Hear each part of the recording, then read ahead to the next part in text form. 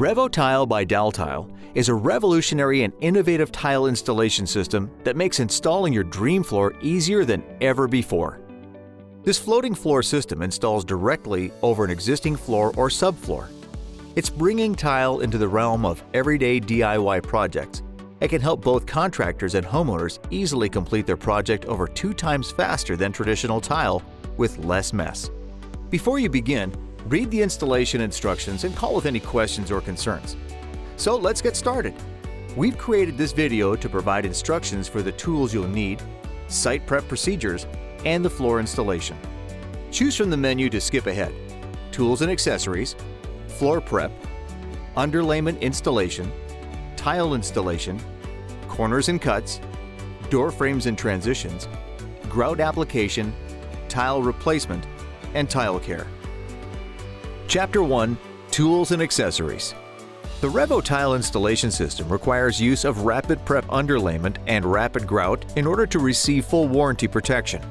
These products are optimized for use with the system and are available everywhere RevoTile is sold.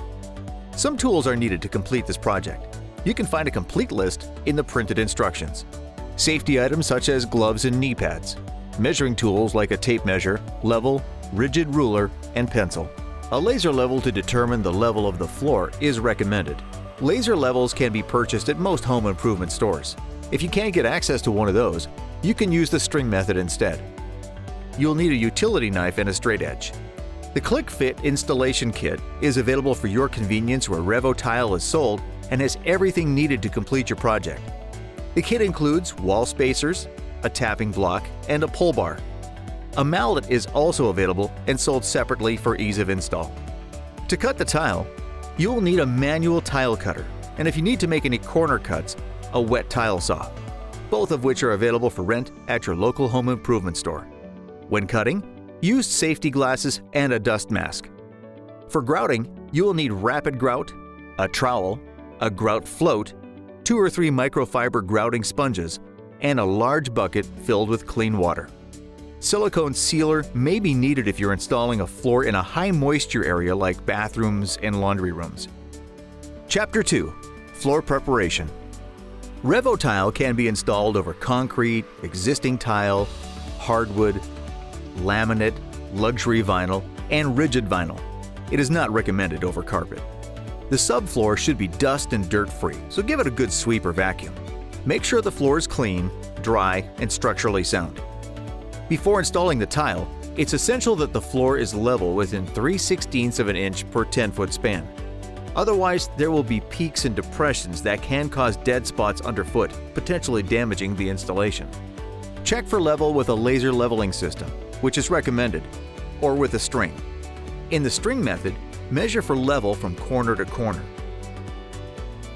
Sand or plane any peaks and fill depressions with leveling compound to ensure no more than 3/16 of an inch unevenness per 10-foot span. Recheck the floor once you've finished. Chapter 3: Underlayment Installation.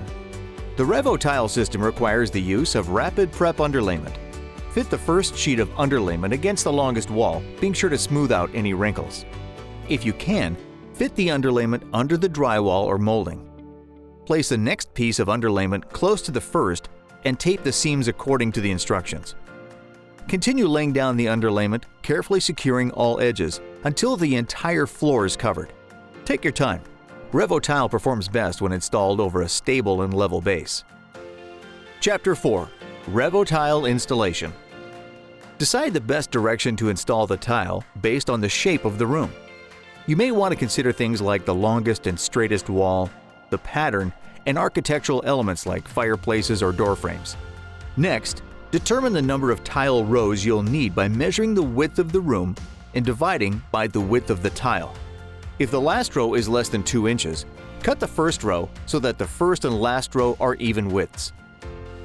Before starting, open the boxes and inspect the tiles for defects or damage. For best results, mix tiles from multiple cartons to prevent any obvious pattern repeats. Make certain that you place the tongue side of the RevoTile against the wall. Begin in the corner and work left to right for the first row. Use 3/16 inch wall spacers along the wall. Apply the spacer against the tile, not against the base profile. If you space from the profile, the gap against the wall will be too large. The RevoTile system uses click-fit technology to easily click tiles together. To connect two tiles end to end, tip the second tile up at a slight angle.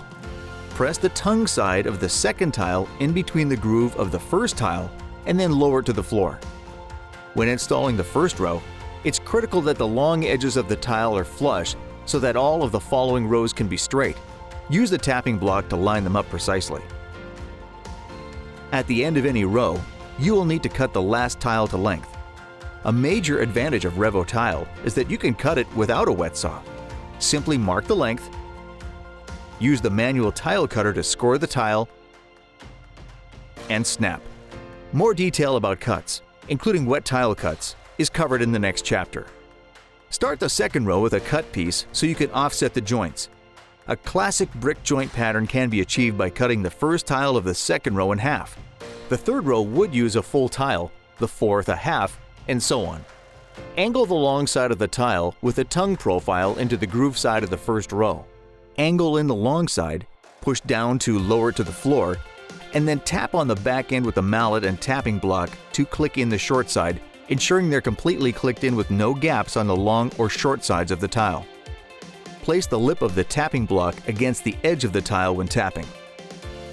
As you continue to install the tile, you may find that you have a preference on how you attach them. In the short side method, angle the short side into the joint and lower the plank into the floor.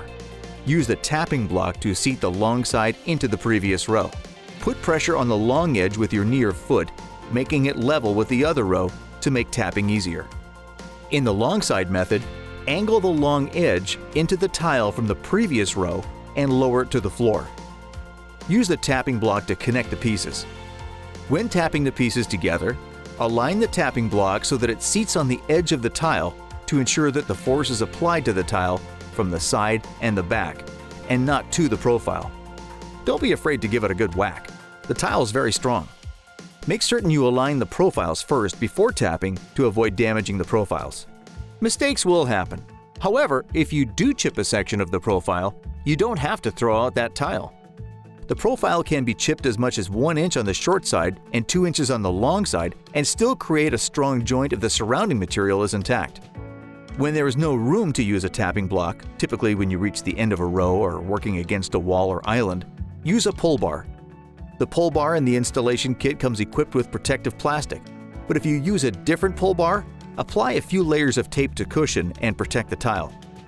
Align the pull bar on the tile edge, not on the profile, and tap to pull the tiles together. Continue adding rows until you finish the room.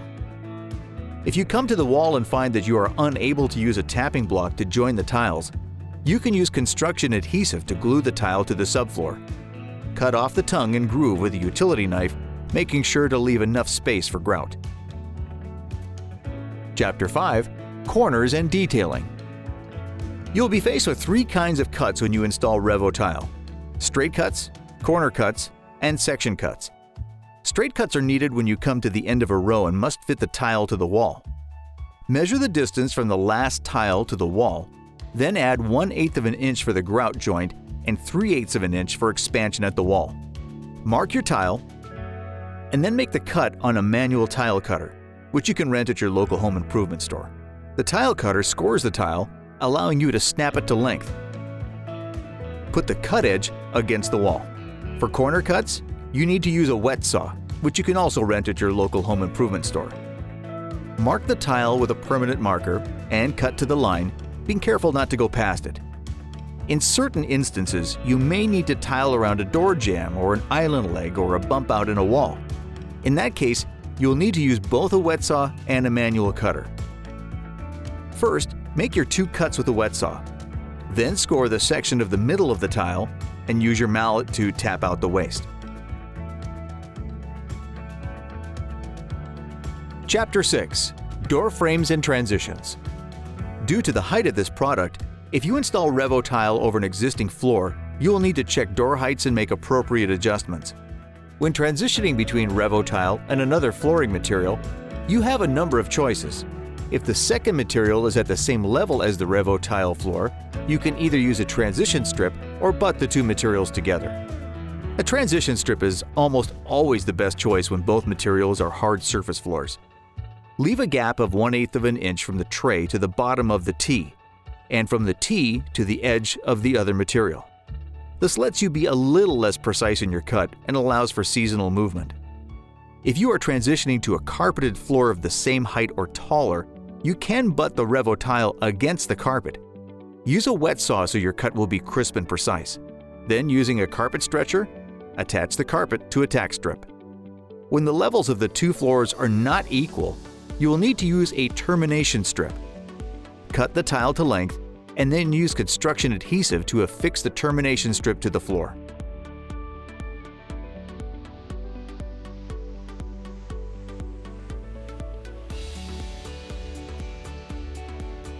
Chapter 7.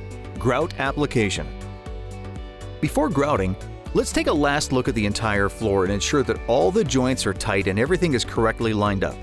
This is your opportunity to make sure your floor is as perfectly laid out as possible. You'll be grouting the joints between the tiles.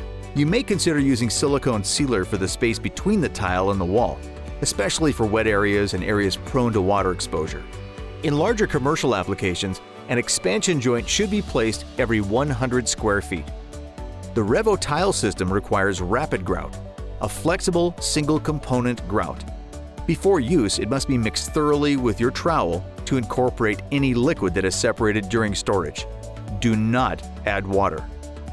Rapid grout is quick drying, so it is very important that you grout and then promptly clean a small section at a time, ideally no larger than 3 feet by 4 feet. Finally, fill a large bucket with water and have your microfiber grouting sponge ready. To begin, remove the wall spacers from around the perimeter. Lightly dampen your sponge with clean water and apply to the top of the tile. Drop a baseball-sized amount of grout directly onto a tile joint. Use a grout float and firmly press the grout into the joint, packing it in, and then wipe it away at a 45-degree angle. Continue doing this until you've used up this pile of grout.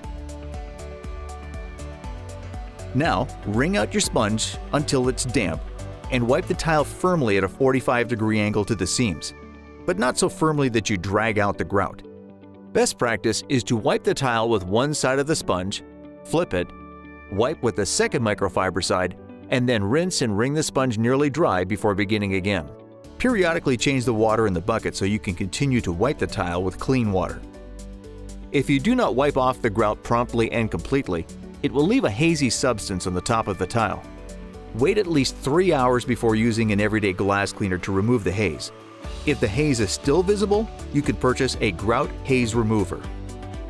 To ensure the best application, always make sure your grout has been stored properly, is as new as possible, and has been thoroughly mixed. Most importantly, grout small sections at a time. We recommend working in one baseball-sized amount of grout at a time, and then wiping off the excess. Chapter 8. Tile Replacement.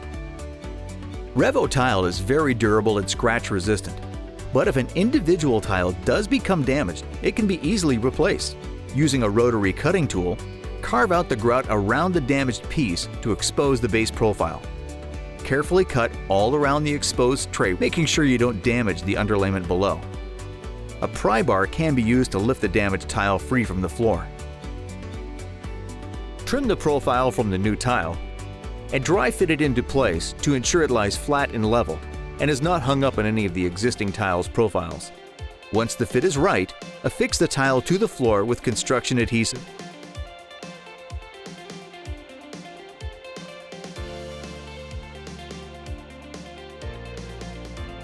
Grout the tile. For detailed grouting instructions, please review Chapter 7 in this video. Chapter 9. Tile Care. Congratulations! You've successfully tiled your floor. Your newly grouted tile can be walked on in 24 hours and will completely cure in 72 hours. RevoTile is waterproof, stain-proof, dent-proof, and highly scratch-resistant. If something is spilled on the tile, you can clean up with a mop and typical household cleaning products. Maintain your tile by sweeping, vacuuming, and mopping, and it will continue to look great for years to come. If you have any questions or want more information, visit us online at daltile.com/RevoTile. Enjoy your new RevoTile floor.